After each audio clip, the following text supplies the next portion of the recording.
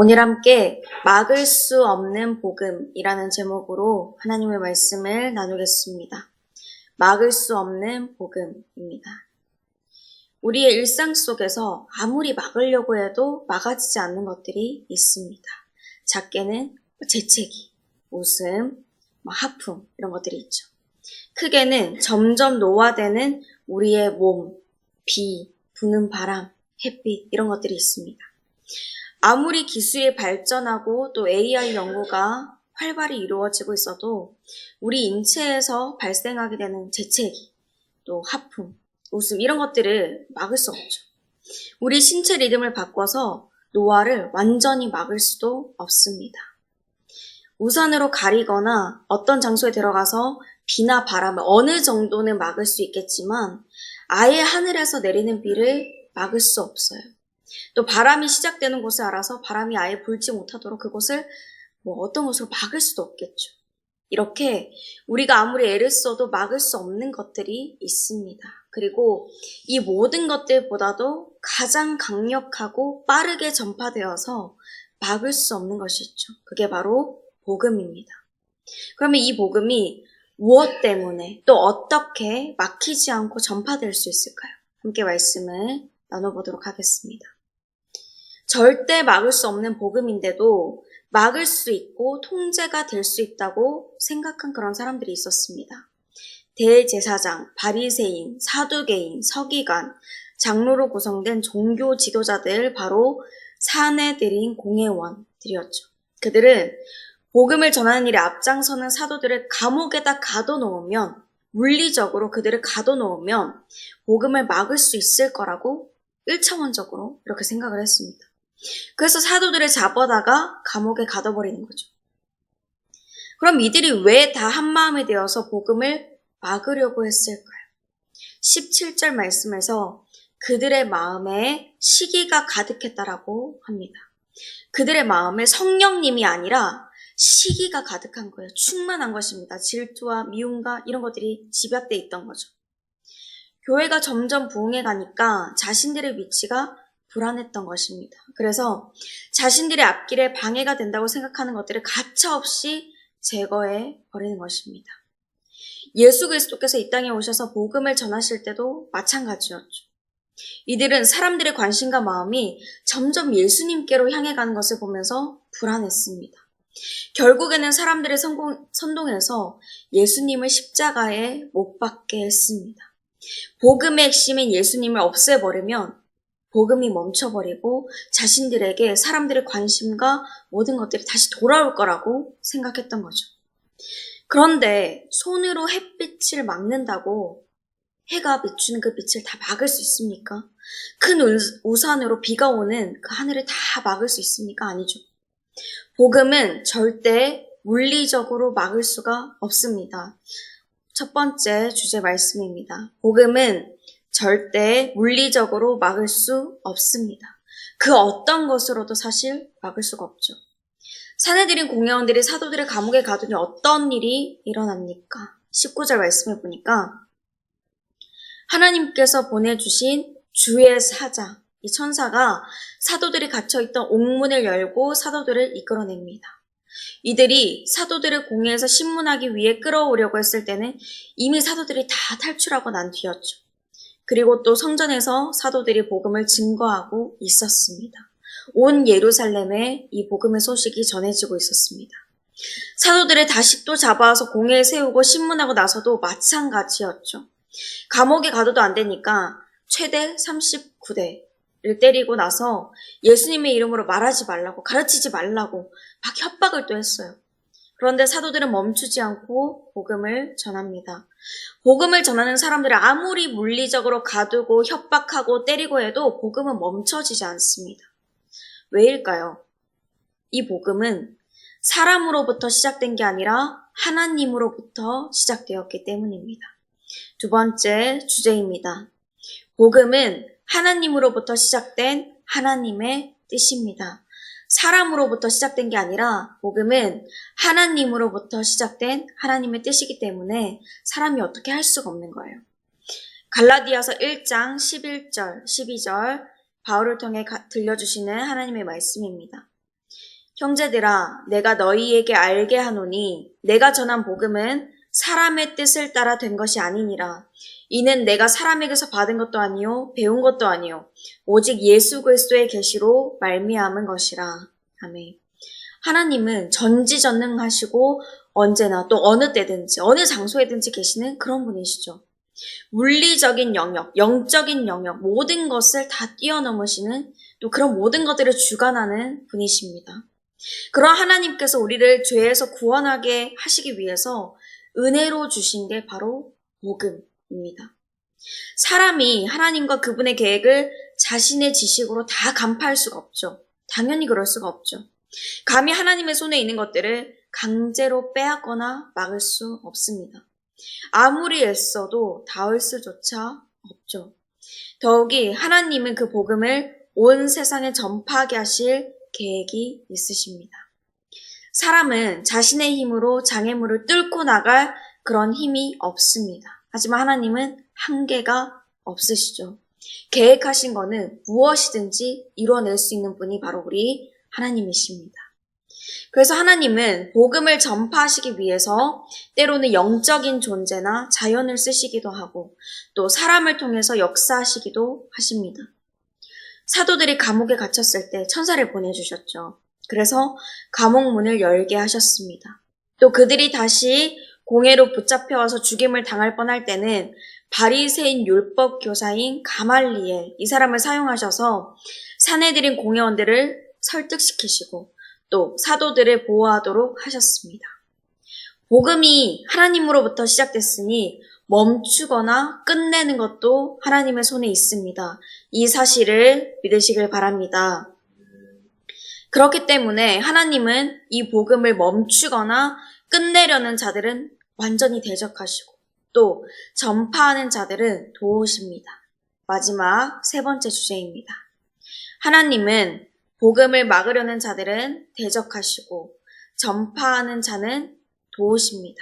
오늘 본문 39절 말씀입니다.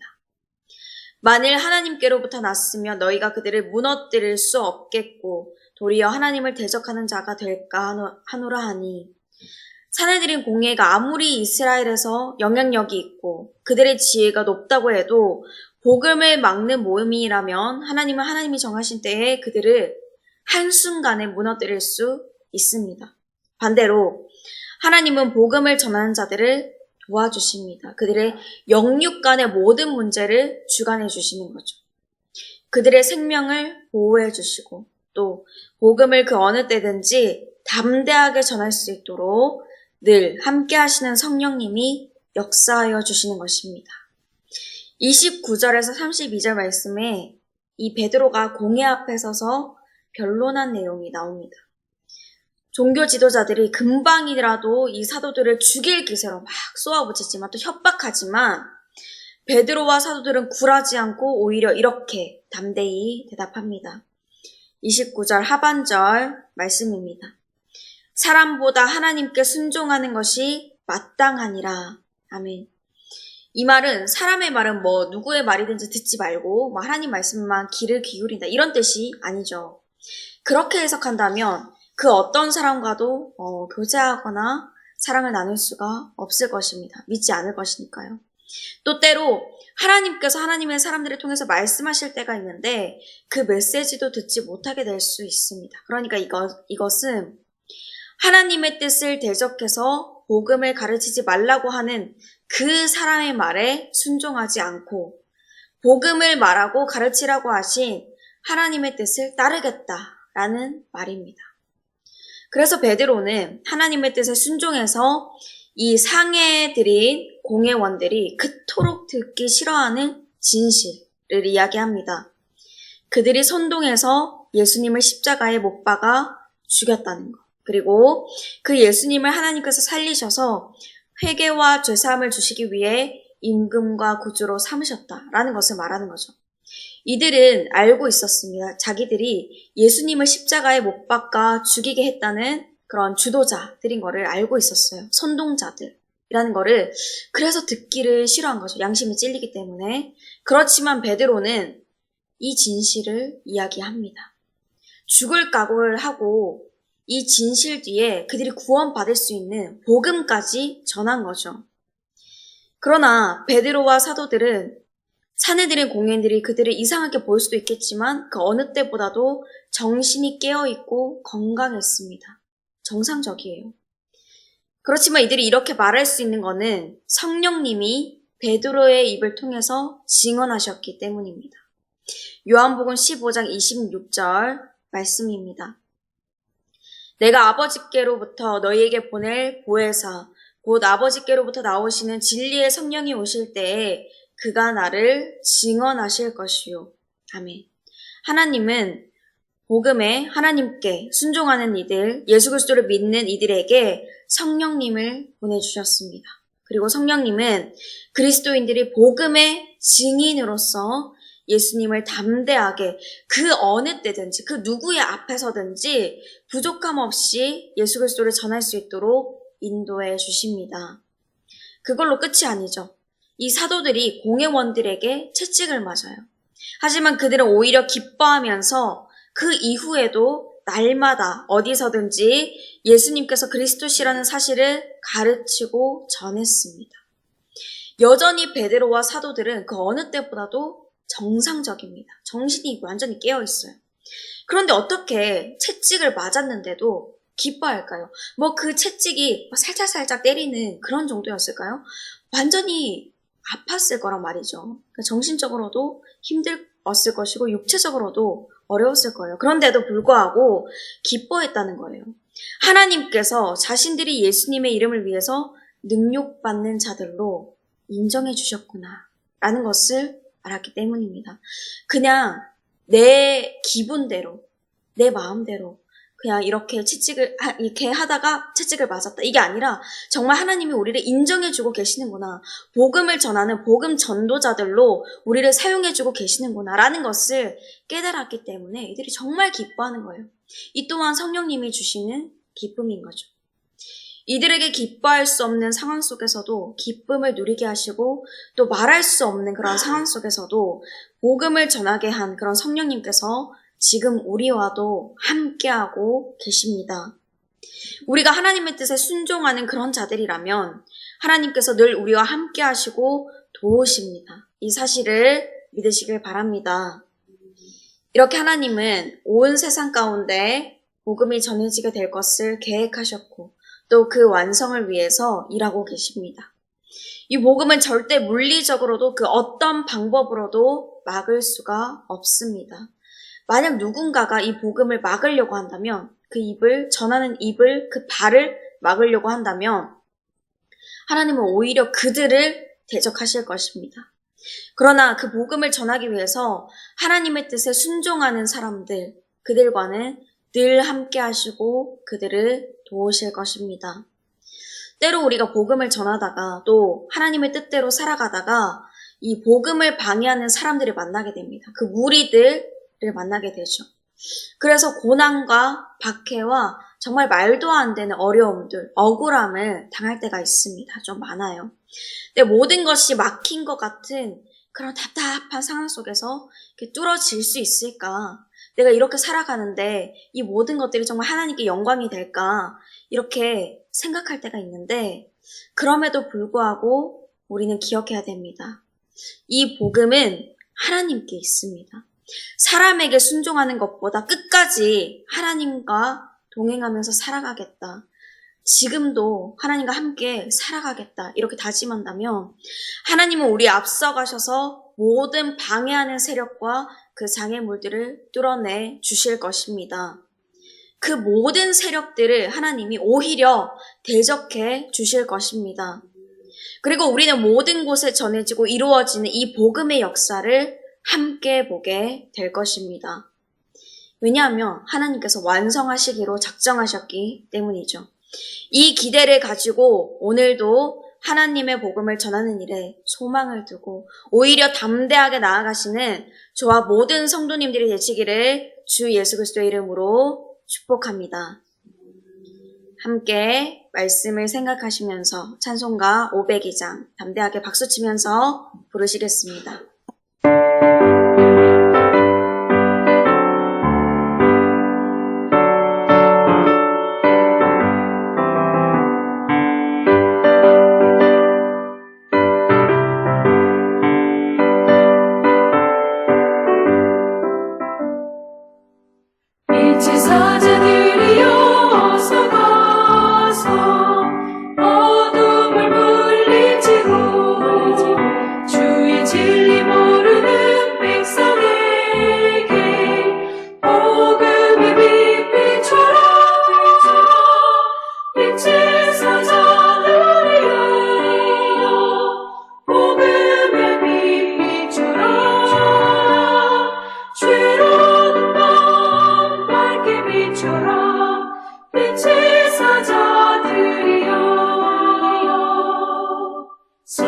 사역 위하여 힘을 내라.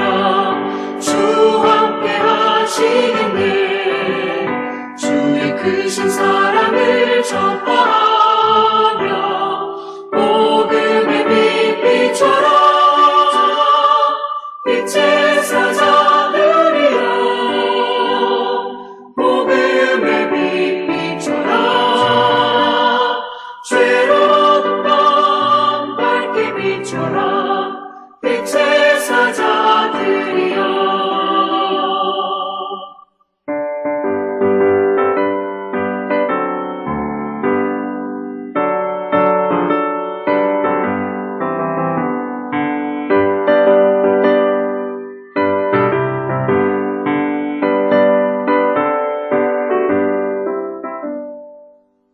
주님 부탁하신 말 순종하여 이 진리 전파하라.